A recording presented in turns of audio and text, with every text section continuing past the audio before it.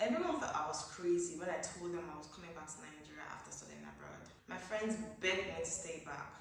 Strangers told me I was making a huge mistake. But then, I knew something that they did not. And in this video, I'm going to be telling you all about the reason why I eventually decided to come back, and why you may also consider it if you're in a similar situation. Hello, I'm Queen, and welcome to my space, where I share my journey through medicine, love, life, and everything in between, with the hope that you find a little bit of yourself here too.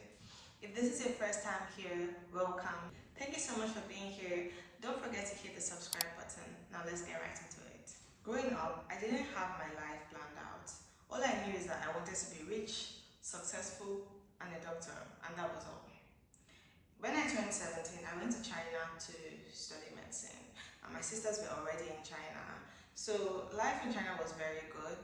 It felt like a continuation of my life in Nigeria, but then in a better system, in a more functional society, and with a lot more reading, because obviously I was in medical school. But life in China was good. I had friends, I had a stable and a good community. At the time, the goal was simple: finish medical school. I wasn't really thinking about where I was going to live, work, or settle down after medical school. I was essentially living in a bubble, but I had no idea at the time. So in China, medical school is 6 years. You do 4.5 to 5 years in the classroom and the labs, and you do 1 to 1.5 years in the hospital. So that's how it's divided. So in 2022, when I was in my 5th year, I started my clinical rotations in Nigeria. I did them up until 2023, April. Then I went to Malta. In Malta, I did 3 to 4 months there until I graduated. So I'd done my final exams already before I started the clinical rotations. So after my clinical rotations, essentially in Malta, I became a doctor. Now, I could have stayed in Malta after these rotations, but I chose not to. And the simple reason was because I was very lonely there. I was depressed and I hated my life. Before leaving for Malta, I was in Nigeria. I was happy, I had a relationship, friends, family. I mean, Lagos can be chaotic, but it's warm. I felt warm and I felt like I belonged. In contrast, in Malta, I had no support system, no community, and no roots. It felt like I was floating constantly. I had to pay bills, pay rent, and handle myself. And I wasn't prepared for the difference between China and Malta. In China, it was easy. I adapted really quickly. Life, it was like a continuation of Nigeria. Malta felt like a whole different universe. I was struggling. I made some friends quite alright, but I constantly felt like I was floating. I was crying every night for like 2 months. I was always sad. I didn't understand what was going on. I was depressed and it was so bad. When I eventually made up my mind to come back to Nigeria, it was like a breath of fresh air for me. It was a difficult decision to make because at the time the news about Nigeria was terrible. It was 2023, Tinubu had just become the president, fuel had just gone to 500, and so many things were happening at the time. It felt like the country was a mess and I was terrified. Making a decision to come into that chaos seemed like a very dumb thing to do. And I'm not stupid, right? I'm not dumb. I want the best for myself. So making that decision was very, very hard. But then I finally did and I was adamant. I wasn't gonna listen to anybody. Like I made up my mind that I was going back home. Nobody's gonna say anything. Thankfully, like when I told my mom, she was so happy. She was like, just come back. Like, don't let anybody stress you. Because at the time, it was that job experience I had. I made a video about it. I'm going to tag the video here so you could watch it. It was about I went to a place and I was taken advantage of. And when I told my mom about the story, she was like, what are you still doing there? Come back as soon as you can. Your father's house is waiting for you. She was so supportive and it helped me so much. I'm so thankful for my parents because if they had pushed back, I probably would have stayed back in Malta. And my life will not be the way it is now. Eventually, I would have obviously adapted, but I didn't want to go through that. I really didn't want to. I would have become a different person, and I'm just so happy I didn't have to go through that at the time. Absolutely not. So while I was in Malta, my elder sister came to visit me at a point, and I obviously told her I was gonna go back home. She was really worried. She was explaining to me all the reasons why I should not go back. Like, was I not seeing the news? Why would I want to go back to that chaos? And like, she wants the best for me, so I understood where she was coming from, but I had made up my mind. Like, I wasn't gonna listen to anybody at that point. Like, I knew that I needed to go home. I was like, I'm going home. Like, I don't want to listen to anything. A few days after she left, I booked my flight back. I didn't want anyone to convince me otherwise. Even if it's a bad decision, let me make my bad decision. At that point, I had made up my mind 100%. Now, coming back to Nigeria was not all fun and games at all. Nigeria is a deeply insecure country. I remember, like, maybe a few weeks after I came back, I went out with a friend of mine, and he's a medical student. It was at night. This guy was dressed completely in a corporate attire. Like, he had a tie, you know, he was wearing his trousers and his work shoes. He was coming from class. Like, I think they had an evening class. So he came down. We went to a restaurant to have a drink. So we were going home in an Uber. The police stopped us and they started searching him. They searched this guy to his shoes. Like, he removed his shoes, they searched his socks. I was very confused. I asked the police officer, like, sir, like, is there a reason why you're searching us like this? Because they were searching him like he was a thief. This is someone that was dressed in a corporate way. It didn't even make any sense to me. Like, for no reason, you stop our car and you're searching like that. Like, did you hear something? Did they tell you something about this car? And when I asked the man, like, sir, is there a reason why you're searching us like this? The man just said, shut up there. The way I kept quiet real quick. I wanted to argue, but I knew that, like, this is not a place where you should argue with the police officers. You don't even know if this man is high on some cheap weed or he has drank something, and then you argue with him and he'll bring a gun and he'll shoot you and you will die, and that's the end of your life.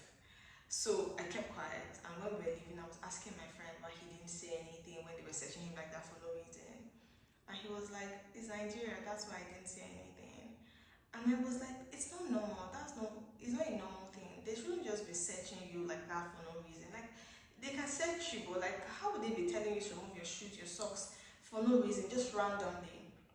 And I was explaining it to him that it's not okay. And then the Uber rider started arguing and saying that why is it wrong? That it's completely normal. That we always like to make a big deal out of everything. That since you know that you are not carrying anything, why shouldn't you be searched like that? And I was like, sir, like, this is not okay. You don't just stop people randomly and search them like that for no reason. Like, that's baseless. It's unfair. And the way the man was arguing and fighting for the police, you would think that the policeman was his cousin. And this is the problem with Nigerians. We don't even know our rights. They don't know their rights. So, like, let me not even get into that because I have digressed so much. Another thing that you have to really struggle with in Nigeria is bad customer service. In the banks, at restaurants, in the malls, people are very rude. A lot of the staffs are rude. I don't know why, because I think an average Nigerian is nice. I don't know, but customer service in a lot of places, mostly if you're in Lagos mainland, you will suffer. The rudeness of the staff in a lot of places will leave you dazed. You won't understand what's going on. That was something that I really struggled with initially because I was going out a lot when I came back, and I struggled with it. It was just annoying. Like, I was always having issues with ladies. It's mostly ladies that are rude. I will always have issues, but after some time, I just started letting it go. Like, there's no point because, like, I don't know, maybe they're not paid enough, but it's just something you have to prepare your mind for. Really bad customer service in a lot of places. If you want good customer service, go to the high-end areas, go to GRA if you're in Lagos, and go to the island like Ikoyi, VI. You have good customer care. But if you stay on the mainland, most places, just prepare for the bad customer service. Just brace yourself. Life in Nigeria is tough, generally. It can really wear you down. But then I came back to get grounded. I came back to recalibrate and strategize. I don't plan on staying in Nigeria forever. I'm glad that when I needed to come home, I was able to. My parents accepted me. They didn't think I was silly, and they they understood where I was coming from. As bad as this country is, it's still our country. It's where we have friends, where we have community. So if your mental health is at its lowest and you're contemplating bad things, you can come home. It's better to come home alive than not come home at all. I'm just saying that, like, don't cancel Nigeria totally. Don't let it be it's never an option. Sometimes if you're at your lowest, it may just be an option, and keep it open. Life doesn't end when you come back home. Like, I feel like when we're abroad, we imagine it, like, because living Nigeria is very hard. The visa processes, the whole process is not easy. So I feel like for a lot of us, when we leave, we imagine it that we have no option of coming back. There's nothing here. Truly, a lot of times there's nothing here. I'm not lying. But then, if you're someone that you can still see a way out when after you come back, you can still see that, okay, I can still re-strategize and still go after. You should consider it if you're at your lowest. Like, you don't have to suffer through life. You understand? Mostly when you can prevent it. I've been in Nigeria now for over 2 years and I've never regretted it once, ever. I'm very happy I made that decision. I came back home, I took the Medical Dental Council of Nigeria board exam, so I became a licensed doctor in Nigeria, and I've been working for over a year. I plan to leave, but then I've been able to do that. So, like, I didn't waste my time. I was doing something and I was happy. My mental health was okay. Even with the stress, I preferred my life here to my life in Malta. Even with the stress during house job. To tell you how bad my mental health was those few months I spent in Malta. Now I'm able to, like, have time to prepare for my exams. Any exams I'm taking to go abroad, I can prepare for them. And while working, building my CV, building myself, I can still have a social life. And I still live with my parents. At least that's an option for me. I hope it's an option for you because it makes things a lot cheaper. Because in Nigeria, the pay for doctors is terrible. It's terrible, nothing to write home about. Don't bank on it for your living expenses. You can take care of your living expenses, but you can't take care of your rent. So please, like, have a house that you plan on staying in if you're coming back home without money, because the house rent does not tally with the pay you get mostly as a beginner in most places in Nigeria. The core message of this video is that you should live your life. Don't live your life on other people's timeline. Make your own decisions. Trust your instincts, because sometimes the move that other people think is crazy may be your own smartest move. If you make the decision and you fail, it's your failure. If you make the decision and it's a mistake, it's your mistake. It's your life. It's your choice. Don't let other people's opinions define your life. And don't live life in fear and survival. Because I imagine at the time, honestly, I didn't want to stay back. It's not like Malta is that bad. It isn't, but I wasn't mentally fit to stay back. And if I had stayed back, it would have been out of fear that, okay, I won't be able to leave Nigeria if I go back home. I would just fear and survival. And I honestly hope that the way I didn't make my own decision out of fear, that you also do the same in your life. Don't make decisions based on fear and survival, because that is how people are roped into a life of suffering, a life that they are not happy in, because they are scared and they don't want to take other chances because they are scared of what will go wrong. If it goes wrong, it goes wrong. I promise you, there's always an opportunity in this life for you to pick yourself up and move on. Don't make decisions completely based on fear. It's never a good thing. It makes you make decisions that you eventually regret. I have never regretted coming home, but I feel like if I stayed back in Malta, at least for some time, I would have definitely regretted it. Maybe eventually I wouldn't have, and it would have all worked out. I personally believe that no matter the decision I make in life, I will always be able to make it better.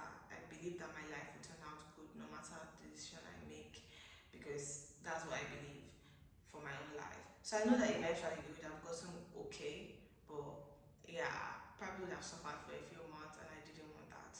So I do not regret. I came back home. Studying for the Nigerian exams was not easy. studied for like 4 months, but then I did it and I passed and I was able to work, and I'm happy. I have one license down, one or two more to go, and that's fine. I hope that you learned a thing or two from this video. Thank you so much for watching this video to the end. See you on my next video. Bye.